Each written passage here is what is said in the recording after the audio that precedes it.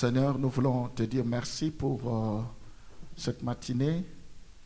Nous nous attendons à toi. À chaque jour suffit sa peine. Nous voulons que tu nous parles.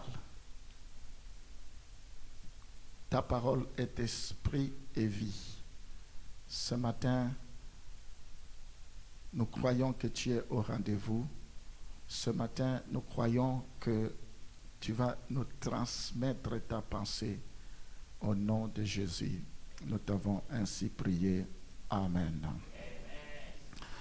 Gloire au Seigneur.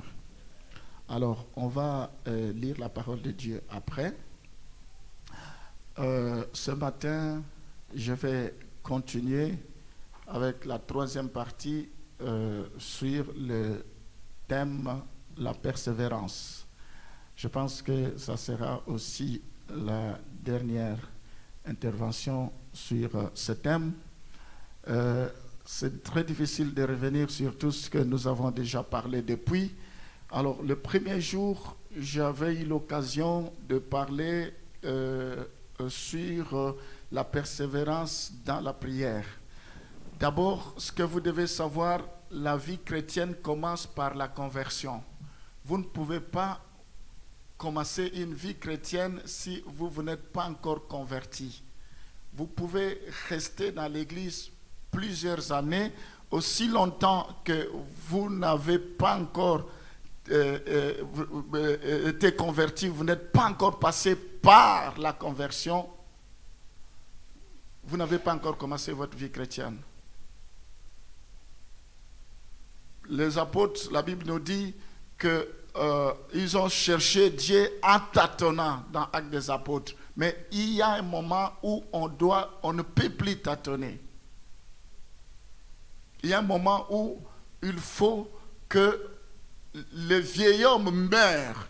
Il y a un moment où il faut qu'on devienne une nouvelle créature, une nouvelle création. Il y a un moment où on doit voir la différence entre ce qu'on était avant et ce qu'on est devenu réellement dans le Seigneur. Tout doit changer. Notre façon de parler doit changer. Notre façon de nous habiller doit changer. Notre façon d'être. Nous ne devons pas paraître, mais nous devons être. Notre vie doit beaucoup plus parler que nos paroles. Alors, j'avais parlé de la persévérance par rapport à la prière. Nous devons persévérer dans la prière. Ici, vous savez, quand ils attendaient l'avènement du Saint-Esprit, il y avait une promesse, vous recevrez une puissance. Ils attendaient cela avec détermination, avec assiduité. Ils étaient assidus en train d'attendre. Alors, ce qui est intéressant, ils auraient pu dire, bon, un des apôtres, certains pourraient dire, je vais aller attendre cela chez moi à la maison. Nous avons une promesse, je vais rester chez moi en train de prier. Chacun pourrait dire, je vais aller chez moi en train d'attendre la promesse. Mais ils étaient à un seul endroit, dans la chambre haute. Ils étaient en train de prier. La Bible dit, n'abandonnons pas vos assemblées, comme c'est la coutume de quelques-uns. Ils étaient dans un même endroit. Il est important que nous puissions passer des temps de prière ensemble. Il y a le culte individuel, personnel, mais il y a aussi le culte ensemble quand nous nous retrouvons. On ne peut pas passer tout son temps à rester devant Internet pour dire je suis la prédication, que Dieu bénisse tous ceux qui sont en train de me suivre. Ça peut arriver qu'on n'a pas eu le temps de venir, mais il faut lier l'utile à l'agréable. L'Église a besoin de votre présence physique. Supposons que tout le monde reste à la maison, mais à qui est-ce qu'on va s'adresser? On va pas rester seulement dans les médias. Donc, la présence physique, elle est importante. Il persévérait, on a parlé de la persévérance dans la prière, on a parlé de la persévérance dans le combat spirituel. Je vous avais donné un exemple où Jésus dit à Pierre, Satan t'a réclamé pour te cribler comme un froment. Satan ne cesse de nous réclamer. La Bible dit, il rôde comme un lion rugissant cherchant qui il dévorera. Nous avons parlé de la persévérance dans la communion fraternelle. Alors là, nous avons parlé beaucoup de choses. Aujourd'hui, j'aimerais ajouter 2-3 choses par rapport à la communion fraternelle. Après, nous allons continuer et je pense terminer aujourd'hui ce sujet. Ceci étant, je vous invite, nous allons lire la parole de Dieu. Le premier texte, après, je ne vous dérangerai plus. Vous pouvez... je ne vous dérangerai plus ce que je voulais dire. Nous allons commencer par le premier passage. Nous sommes dans 1 Corinthiens chapitre 1, le verset 10 à 13. 1 Corinthiens chapitre 1, le verset 10 à 13. Je vous exhorte, frères, par le nom de notre Seigneur Jésus-Christ, à tenir tous un même langage et à ne point avoir de division parmi vous, mais à être parfaitement unis dans un même esprit et dans un même sentiment. Car, mes frères, j'ai appris à votre sujet par les gens de Chloé qu'il y a des disputes au milieu de vous. Je veux dire que chacun de vous parle ainsi. Moi, je suis de Paul, et moi d'Apollos, et moi de Céphas, et moi de Christ. Christ est-il divisé? Paul a-t-il été crucifié pour vous? Ou est-ce qu'au nom de Paul que vous avez été baptisé? Amen. Est-ce qu'on peut applaudir pour la parole du Seigneur? Merci, je vous invite à vous asseoir. Donc, nous avions déjà commencé par parler de la communion fraternelle. Et ce matin, j'aimerais continuer avec la persévérance dans la communion fraternelle et je vais passer à autre chose. Mes bien-aimés, on ne peut pas vivre la communion fraternelle sans passer des moments de prière ensemble. On ne peut pas vivre la communion fraternelle sans être ensemble. C'est important. Donc, vous ne pouvez pas vivre la communion fraternelle seul. Je vous ai dit que quand nous, on grandissait dans l'église, on nous enseignait que quand vous venez à l'église, tu regardes à gauche, tu regardes à droite, X n'est pas là, Y n'est pas là, telle personne n'est pas là. Quand je vais sortir, la première chose, c'est de l'appeler frère. Je ne t'ai pas vu, ça va, tu vas bien, qu'est-ce qu'il y a, tu es malade et tout ça. Donc, c'est ça aussi la communion fraternelle. Vous connaissez l'histoire de Caïn et Abel. J'avais eu l'occasion de vous en parler. Caïn a tué son frère, il ne voulait pas rendre compte de la situation de son frère. Quand la question lui a été posée, il dit, mais qui m'a mis sentinelle d'Abel alors qu'il l'avait déjà tué? Il y a des gens qui se comportent comme Caïn, qui ont un esprit de Caïn, qui sont égoïstes, qui tuent leurs frères, leurs sœurs, qui ne s'occupent pas d'eux. Alors revenons maintenant dans le vif de notre sujet pour ce matin. On ne peut pas vivre la communion fraternelle, tout comme prier ensemble, si on ne tient pas tous un même langage. La Bible dit, si 2 ou 3 s'accordent sur la terre, il faut qu'ils s'accordent. Il faut parler le même langage. La division n'est pas de Dieu. Quand quelqu'un a un esprit de division, Paul a livré des gens à Satan à cause de l'esprit de division. C'est un esprit. Nous devons combattre cela. Moi, je suis Togolais. Moi, je suis Ivoirien. Moi, je suis Congolais. Au ciel, il n'y a pas toutes ces appartenances. En plus de ça, Je vais vous choquer. Au ciel, les dénominations des églises. Moi, je suis de telle église. Moi, je suis de telle église. Et ça n'a pas de place au ciel. Jésus-Christ a besoin des disciples nés de nouveau. Des enfants de Dieu qui sont nés de nouveau. Nos guerres de religion n'ont pas lieu d'être. Il y a des gens qui se disent, chez nous ça va, ils minimisent d'autres, on n'a pas besoin de cela. Nous n'avons qu'un seul Seigneur, nous avons un seul Père, il n'y a qu'un seul Dieu, un seul Seigneur, un seul Esprit, une seule foi. Amen. Pourquoi nous allons nous battre? Donc on ne peut pas être unis si on ne tient pas le même langage. C'est très difficile que ce soit dans la chorale pour qu'on s'accorde.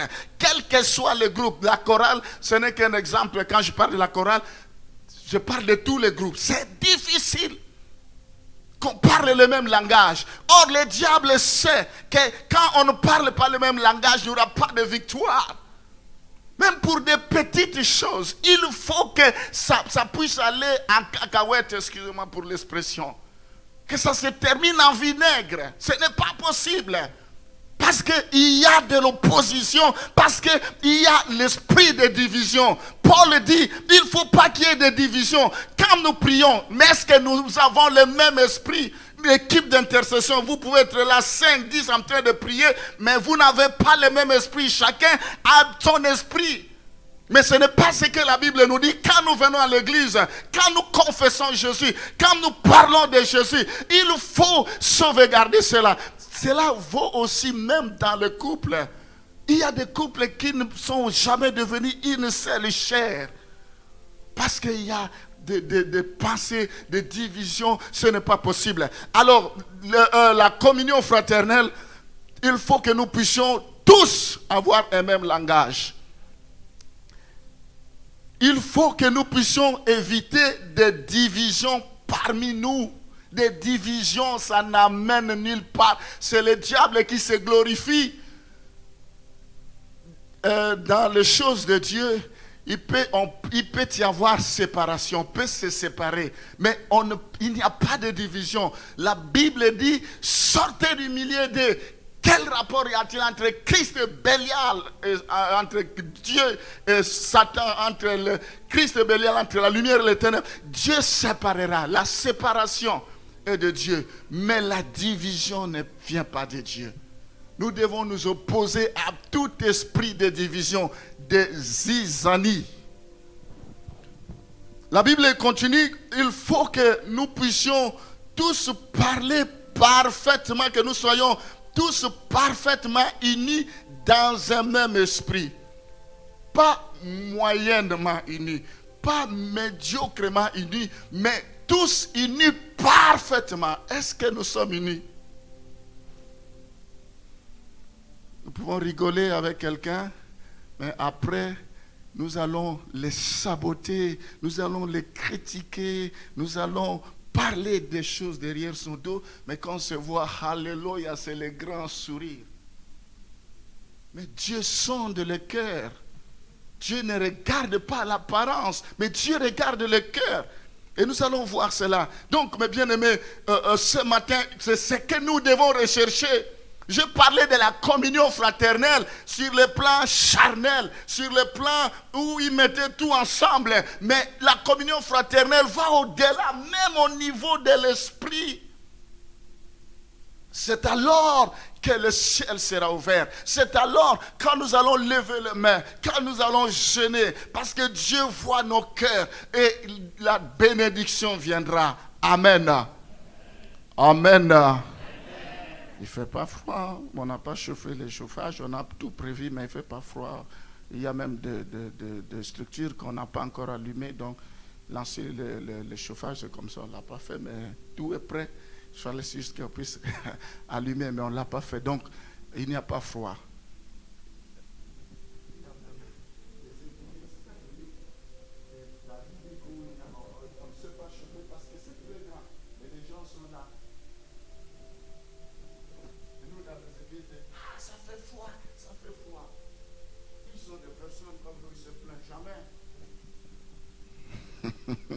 Jean chapitre 17, le verset 18 à 23. J'ai beaucoup de choses à parler ce matin, donc je suis obligé maintenant d'aller vite. Vous allez m'excuser parce que j'ai quelques points. Donc, Jean chapitre 17, le verset 18 à 23. Comme tu m'as envoyé dans le monde, je les ai aussi envoyés dans le monde. Et je me sanctifie moi-même pour eux, afin qu'eux aussi soient sanctifiés par la vérité. Ce n'est pas pour eux seulement que je prie, mais encore pour ceux qui croiront en moi par leurs paroles. Voilà là où nous sommes concernés. Afin que tous soient un. Comme toi, Père, tu es en moi. Et comme je suis en toi. Afin que aussi soit un en nous, pour que le monde croie que tu m'as envoyé. Je leur ai donné la gloire que tu m'as donnée, afin qu'ils soient un comme nous sommes un. Moi en eux et toi en moi, afin qu'ils soient parfaitement un, et que le monde connaisse que tu m'as envoyé et que tu les as aimés comme tu m'as aimé. Vous allez vous rendre compte de l'insistance avec laquelle on revient sur le chiffre 1. Nous voyons au verset 21, afin que tous soient un. Premier 1. Afin que aussi soient un. Deuxième 1. Le verset 22. Afin qu'ils soient un. 3 fois. La troisième fois où on parle de un. Comme nous sommes un. La quatrième fois. Le verset 23. Afin qu'ils soient parfaitement un. Nous devons aller chercher cette unité-là. Nous devons aller chercher cette unité-là. Dans les églises,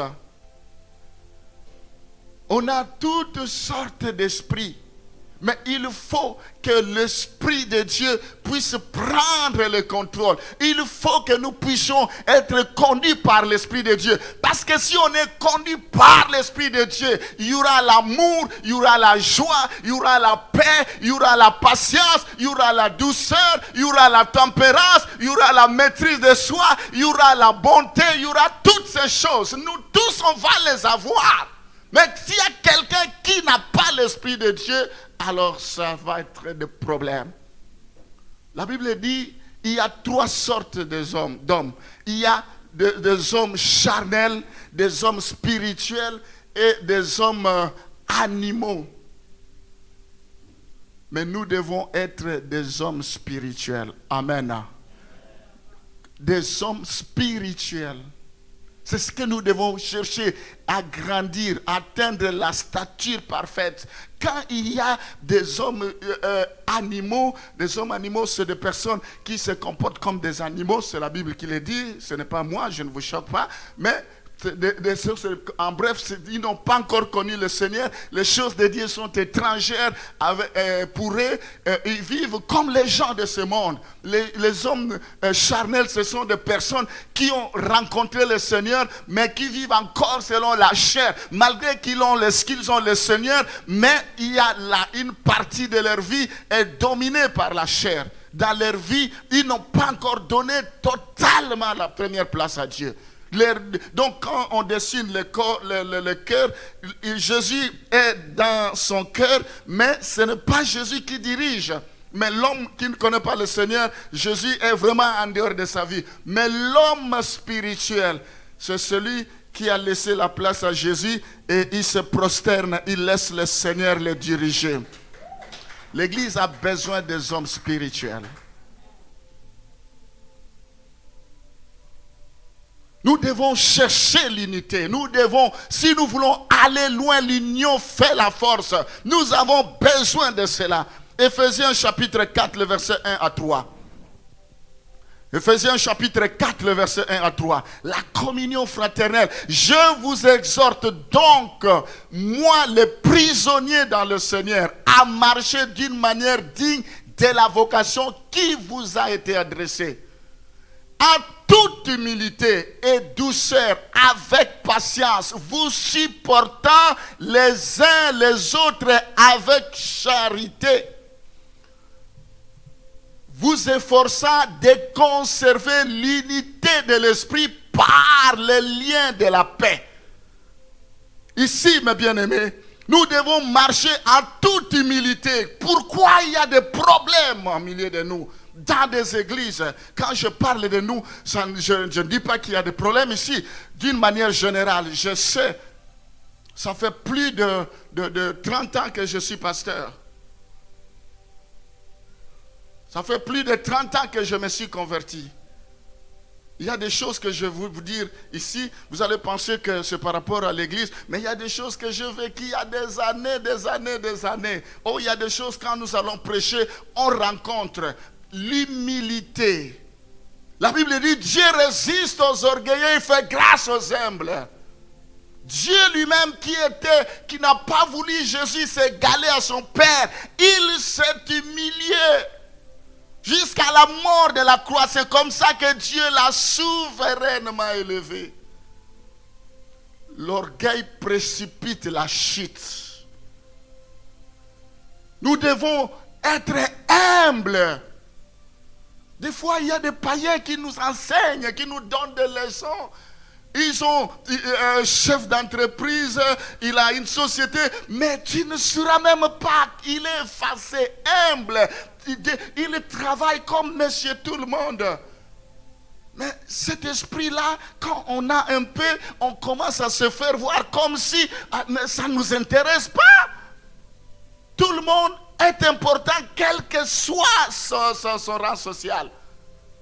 L'humilité, c'est ce que la Bible nous demande. Nous devons travailler l'humilité entre nous. Nous devons être humbles. La Bible dit, vous devez regarder l'autre comme autant au-dessus de vous. La Bible dit, au lieu de chercher vos propres intérêts, cherchez aussi les intérêts des autres. Les gens sont des égoïstes. Ils pensent qu'en eux, il n'y a pas d'humilité. Je ne parle pas de respect ce matin. Ce n'est pas parce qu'on est des enfants de Dieu que la notion de respect ne peut plus exister. Il y a des aînés. Même la Bible dit comment nous devons traiter des femmes âgées, comment nous devons traiter les gens de tel âge, Mais les enfants de Dieu confondent tout parce qu'on est dans le Seigneur et on ne sait plus que c'est les grands frères, c'est les petits frères, on lui parle comme on est dans le Seigneur. Ce n'est pas ce que la Bible nous demande. La Bible nous parle même de respect. Ce n'est pas mon sujet, je ne vais pas m'écarter de mon sujet. Mais revenons d'abord sur l'unité que nous devons chercher. La communion fraternelle doit se faire dans l'humilité. La Bible nous parle de l'humilité, de la douceur, de la patience. La Bible dit, vous supportant les uns les autres. Là où il y a des gens, il y aura toujours des problèmes. Même dans un couple, il y a toujours des problèmes. Pourquoi nous devons nous étonner s'il y a des problèmes au milieu de nous? C'est pour que nous ayons la maturité. C'est dans des problèmes qu'on peut savoir que telle personne a la maturité ou pas, dans la manière dont il fait face au problème, dans la manière dont il résout le problème. Il y a des gens, vous pouvez dire, mais moi je croyais qu'il avait la maturité, mais c'est rien. Comment vous vous abordez quand il y a des problèmes? Comment vous réagissez? Comment vous vous comportez? Et la Bible nous encourage en nous disant, vous efforçant de conserver l'unité de l'esprit par les liens de la paix. Amen. Vous supportant les uns les autres. Vous ne voulez pas supporter. Jésus nous supporte. Tu es qui pour ne pas supporter? J'ai toujours dit, la Bible dit que ceux qui sont forts peuvent supporter les faibles. Nous devons nous supporter. Alors, pour terminer ce chapitre sur la communion fraternelle, je vais vous donner un dernier verset, puis on va évoluer. 1 Timothée chapitre 1, le verset 3 à 5. Je te rappelle l'exhortation que je te fis à mon départ pour la Macédoine. Lorsque je t'engagerai plutôt à rester à Éphèse, afin de recommander à certaines personne de ne pas enseigner d'autres doctrines et de ne pas s'attacher à des fables, à des généalogies sans fin qui produisent des discussions plutôt qu'elles n'avancent l'œuvre de Dieu dans la foi. Amen. Ici, la Bible nous exhorte de ne pas nous attacher à des fables, des généalogies. Des fables, des généalogies, des discussions qui produisent des discussions qui produisent des discussions plutôt qu'elles n'avancent l'œuvre de Dieu dans la foi. Il y a des discussions qui ne nous font avancer à rien. Ce sont du temps perdu. Nous devons avancer.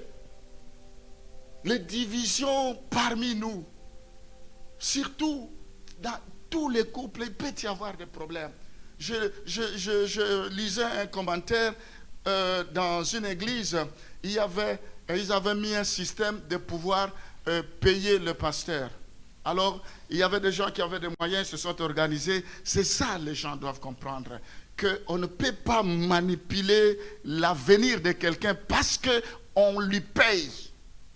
Ce qui est arrivé dans la vie de ce pasteur-là, il a divorcé et les gens qui lui payaient ont dit c'est fini, nous n'allons plus investir. Attendez, marié, avec une famille, avec des enfants, vous ne voulez même pas savoir qu'est-ce qui s'est passé et directement les gens prennent position.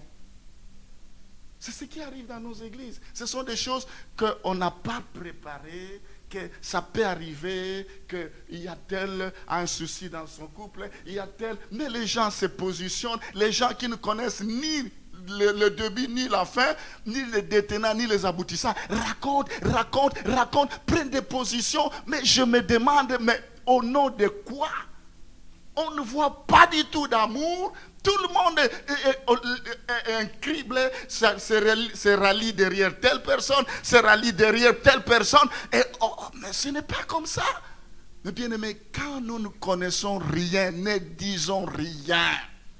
Si nous ne connaissons pas la vérité, vaut mieux se taire que de raconter de n'importe quoi. Je voulais dire un terme, mais je n'ai pas, c'est pas bon.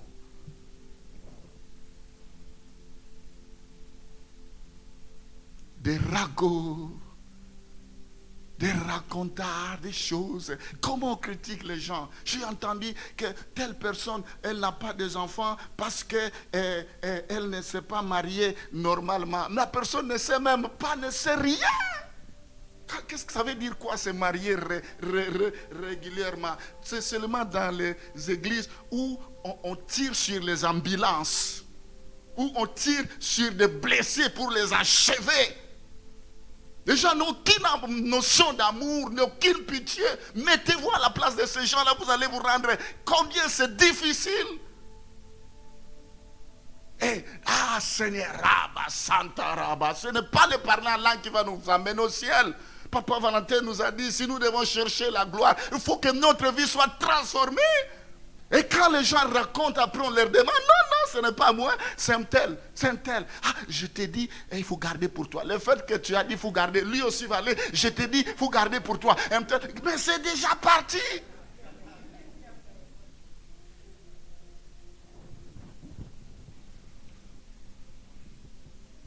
Ne pas s'attacher à des fables, de généalogie, tout ça. Alors, l'histoire du pauvre pasteur, il est abandonné par lui-même. On ne peut plus le financer, on ne peut plus le payer. Comment il va payer le loyer? Comment il va nourrir ses enfants? Il est déjà avancé en âge. Quel travail il va encore trouver? Vous voyez à quel niveau les chrétiens sont criminels? Personne ne veut savoir c'est quoi. La personne souffre. Il n'y a personne qui l'aborde, mais on va l'assassiner avec des versets, avec ceci, avec cela. Mais ce sont des choses qui arrivent. Il y a même la jurisprudence. Je ne suis pas là pour encourager le divorce. Je n'aime pas le divorce. Mais nous devons savoir approcher les gens, chercher à comprendre ce qu'il y a. Il n'y a personne qui l'aide, mais il y a plus de gens qui l'assassinent. Je ne sais même pas pourquoi je suis tombé sur ce document-là. On va évoluer. Maintenant, allons dans Jean chapitre 4, 5, le verset 24. Voyez comment les chrétiens que nous sommes? Nous sommes contents quand on voit d'autres personnes sont dans le malheur. Quand les gens sont assommés, sont au bas, nous sommes contents. Quand ils veulent relever la tête, on les pousse encore. Je ne vais pas être méchant ce matin. Mais Jésus a dit, race de vipères. Vous êtes comme des tombeaux blanchis. Vous embellissez seulement l'extérieur, mais l'intérieur est pourri.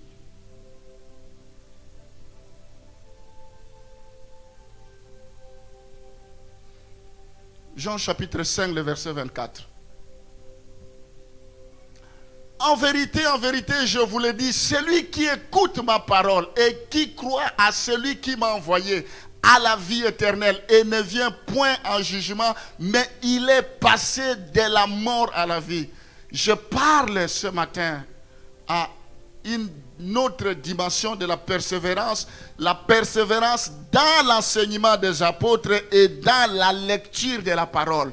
Il persévérait dans Actes des Apôtres chapitre 2, le verset 42. Il persévérait dans l'enseignement des apôtres. Mais bien aimés, ce matin, j'aimerais vous dire que la parole de Dieu est la source de la foi et de la nourriture spirituelle.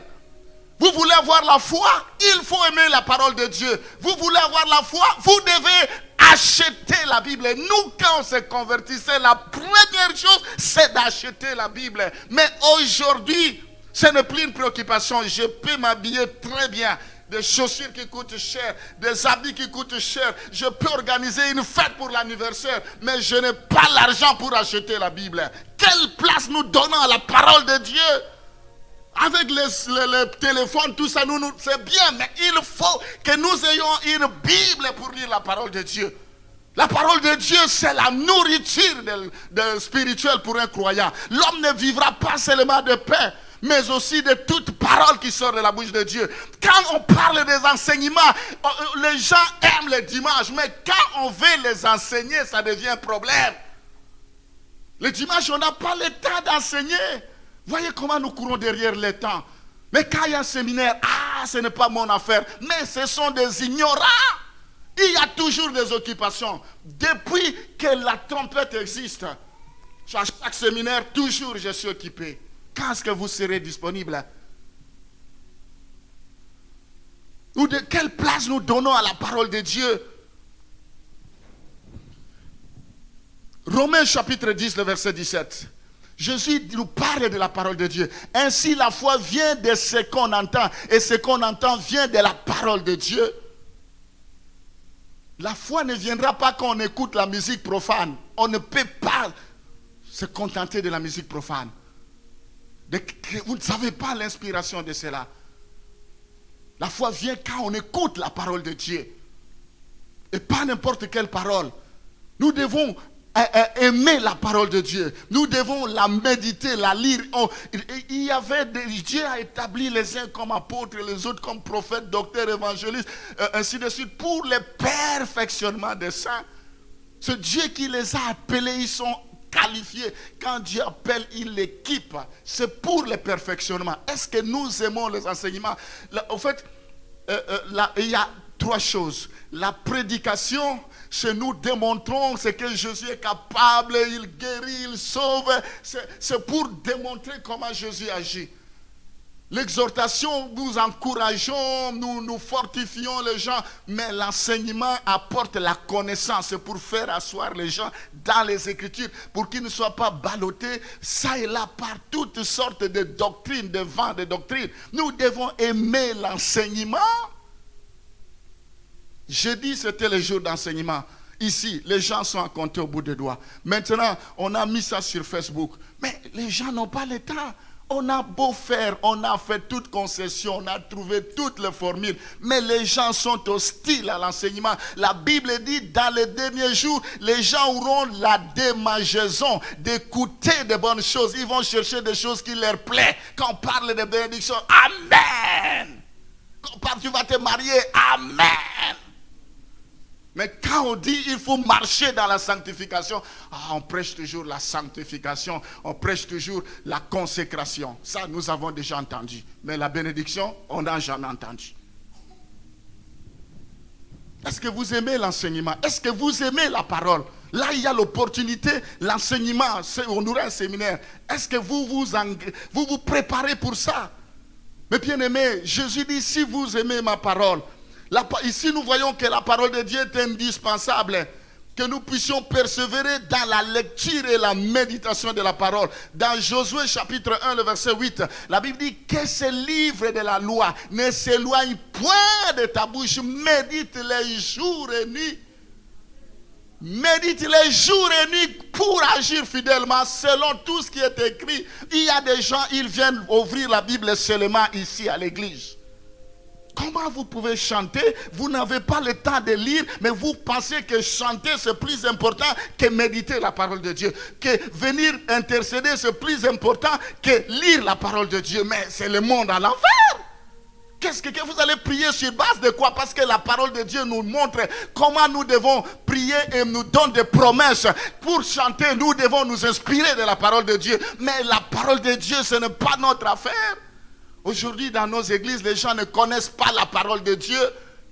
Ils ont dit que c'est le pasteur seul qui doit venir nous nourrir, mais ils ne s'intéressent pas, même des choses élémentaires. Vous avez mis le programme, affermissement, formation, disciple, ça ne les intéresse pas.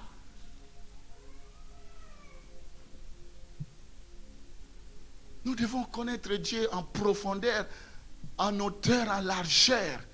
Pour avancer, la Bible dit, l'église primitive persévérait dans l'enseignement. Il persévérait tous les jours. Comme notre corps physique a besoin de nourriture quotidiennement, notre âme a besoin de l'aliment spirituel de la parole de Dieu. C'est pourquoi il est important de persévérer chaque jour dans la lecture de l'écriture, dans la méditation personnelle. Amen.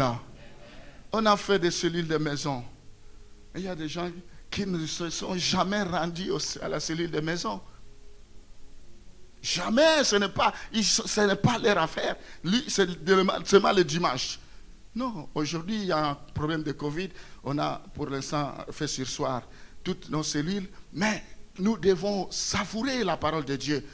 Mes bien-aimés, un croyant a besoin d'un enseignement basé sur l'écriture pour être instruit dans la vérité biblique et connaître les doctrines fondamentales. Amen. Nous avons besoin à la fois de l'étude biblique, besoin de persévérer dans l'acceptation de vérités révélées, besoin de persévérer dans la pratique de la parole de Dieu. La Bible dit, ne vous bornez pas seulement à écouter, mais mettez aussi en pratique la parole de Dieu. Nous devons être comme des chrétiens de Béret. Quand ils écoutaient, ils allaient vérifier si tout ce qu'on leur disait était conforme aux Écritures. Je passe.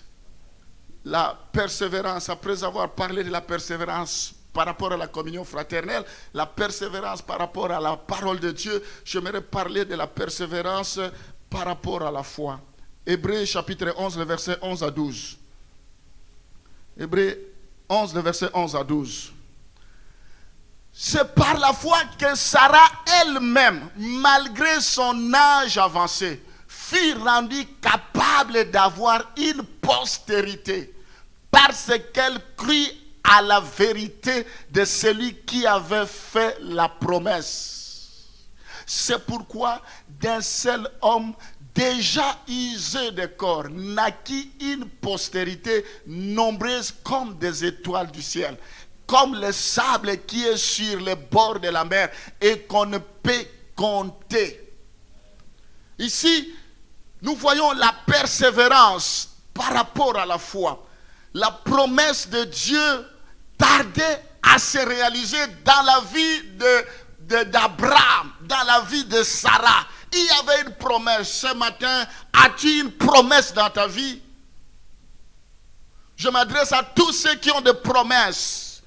Je m'adresse aux enfants de la trompette qui connaissent les promesses que nous avons par rapport à la trompette, par rapport à cette église, par rapport à ce ministère. Je parle de la promesse par rapport à ton avenir, par rapport à ton ministère, par rapport à ton couple, par rapport à ton travail, par rapport à ton mariage, par rapport à tes enfants. Ça tarde. Quand les choses tardent, c'est là où les gens finissent par s'assoupir, par se lasser, par abandonner. Abraham n'a pas abandonné, il avait la persévérance. Ce matin, si tu persévères, tu verras la gloire de Dieu. Ne t'ai-je pas dit, si tu crois, tu verras la gloire de Dieu. Tu as des promesses pour la régularisation de ta situation. Tu as des promesses pour ta guérison. Persévère. Persévère. Abraham et Sarah sont restés dans l'attente de la réalisation de leurs promesses, malgré que cela tardait, malgré la stérilité de Sarah et l'âge avancé de Sarah. Mais elle croyait encore. Elle a reçu la promesse quand elle avait 75 ans. Elle a attendu 25 ans après, avant que la promesse se réalise. Mais nous ne voulons pas persévérer. Une année, 2 années, on jette l'éponge. On laisse tomber les bras. Tu as besoin de la persévérance.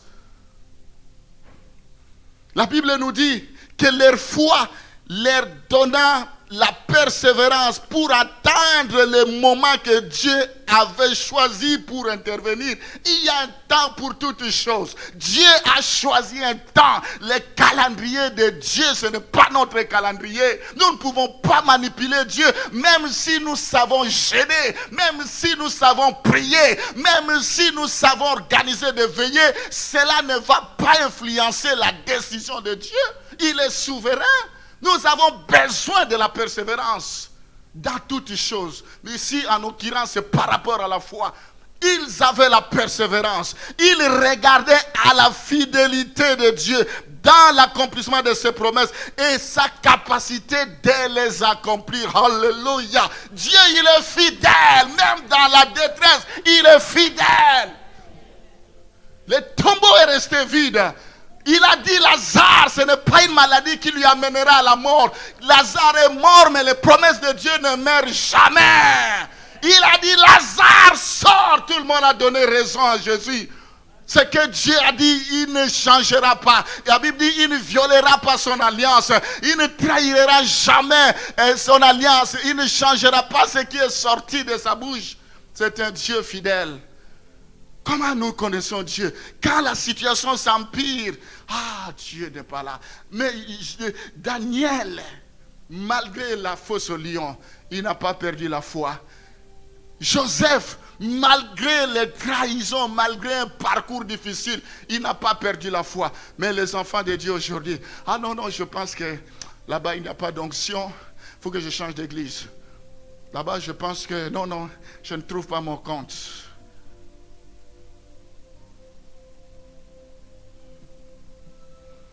La persévérance dans la foi. La persévérance paye bien. Je vais conclure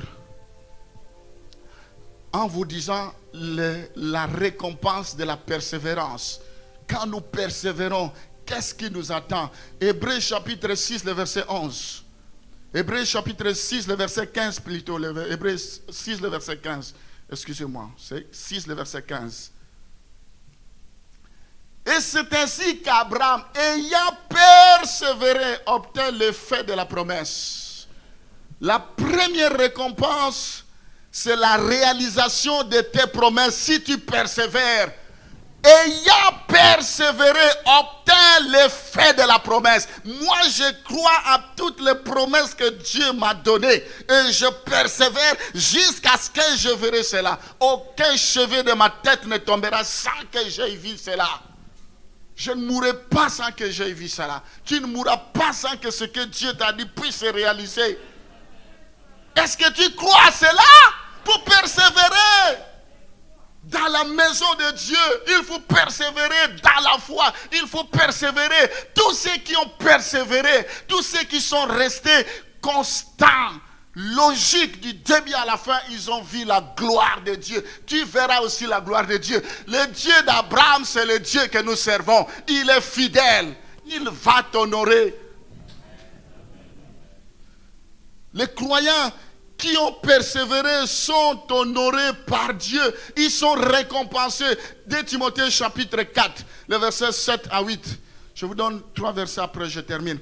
J'ai combattu les bons combats, j'ai achevé la course, j'ai gardé la foi. Désormais, la couronne de justice m'est réservée. Le Seigneur, le juste juge, me la donnera dans ces jours-là. Et non seulement à moi, mais encore à tous ceux qui auront aimé son avènement. Voilà quelqu'un qui a combattu le bon combat de la foi. Nous ne venons pas prier parce que nous n'avons rien à faire. Nous ne venons pas prier parce que nous manquons de l'argent. C'est faux. Nous venons prier parce que nous savons que c'est Jésus qui a donné du sens à notre vie. Parce que nous savons que la vie de ce monde passera. Tout est vanité de vanité. Nous devons persévérer. Même si nous souffrons avec ce corps. Mais nous savons qu'il y a une couronne incorruptible qui nous attend. C'est cette couronne que nous devons voir. Nous devons regarder aux choses éternelles, aux choses invisibles. Parce que les choses invisibles sont éternelles. Mais les choses visibles sont passagères. Il y a une couronne qui nous attend. Nous serons ce jour-là couronnés. Il y a un verset qui dit, un chant, nous serons couronnés. Vous savez un peu le chant là? 2 Timothée chapitre 2, le verset 5. On va confirmer ça. Et l'athlète n'est pas couronné s'il n'a pas combattu suivant les règles. Nous sommes comme des athlètes. La Bible dit, un chrétien, il est comme un athlète. On est comme des athlètes. On est comme des soldats. On est comme des laboureurs. Un laboureur, il lui faut la patience. Un athlète, il faut s'imposer une discipline. Un soldat ne peut pas s'embarrasser des affaires du monde s'il veut plaire à celui qui l'a enrôlé. Il nous faut savoir qu'il y a une couronne. Mais avant, nous devons faire ça. Jésus n'a jamais dit que nous aurons les choses facilement. Il dit, Jésus ne nous a jamais garanti qu'il n'y aura pas de épreuves. Mais une chose qu'il nous a garanti, il dit, je serai avec vous jusqu'à la fin du monde. Même si vous traversez l'ombre de la vallée de la mort, je serai avec vous. C'est-à-dire, quelles que soient les difficultés, les épreuves, les obstacles, il est avec nous. Si Jésus est dans le bateau, dans la barque, je voulais dire, ça ne peut pas se noyer. Vous vous êtes converti pour lâcher. Vous avez commencé dans un esprit. Pourquoi vous terminez dans la chair? Est-ce que vous vous êtes converti pour lâcher? La vie chrétienne est faite de combats. Les athlètes, on nous prépare. Nous serons couronnés. 2 Timothée chapitre... Et puis Apocalypse 2, le verset 10. C'est l'avant-dernier verset. Apocalypse 2, le verset 10. Ne crains pas ce que tu vas souffrir. On nous prévient même que nous allons souffrir. On ne peut pas parler de la vie chrétienne sans souffrance. Quand on nous dit la vie chrétienne, c'est seulement la vie d'alléluia, c'est faux. Il n'y a pas que des vies d'alléluia, il y a des épreuves. Job a eu des épreuves. Tous ceux qui nous ont précédés, les apôtres, il y en a qui ont même décapité leur tête. Est-ce que c'est parce qu'ils ont péché? Rien de tout ça. Parce que tout ça, c'est pour que la volonté de Dieu s'accomplisse, pour que les Écritures s'accomplissent. Si ça lui arrive, est-ce qu'il a vraiment Dieu? Est-ce que vraiment... mais où est ce Dieu-là? Il était où? La Bible dit, voici le diable jettera quelques-uns de vous en prison. Ça va arriver, ça s'est réalisé, ça va encore continuer. Ou on va nous injecter des puces, ou on va nous imposer des choses. Dans mon pays, en République démocratique du Congo, l'archevêque, le monseigneur a dit, tous les enseignants de l'école catholique doivent être chrétiens catholiques. Ça veut dire quoi? Ils sont payés, financés par l'État et ils vont imposer ça. Est-ce que tous les enfants qui vont là-bas sont catholiques? Ça commence sous une forme. Ça commence.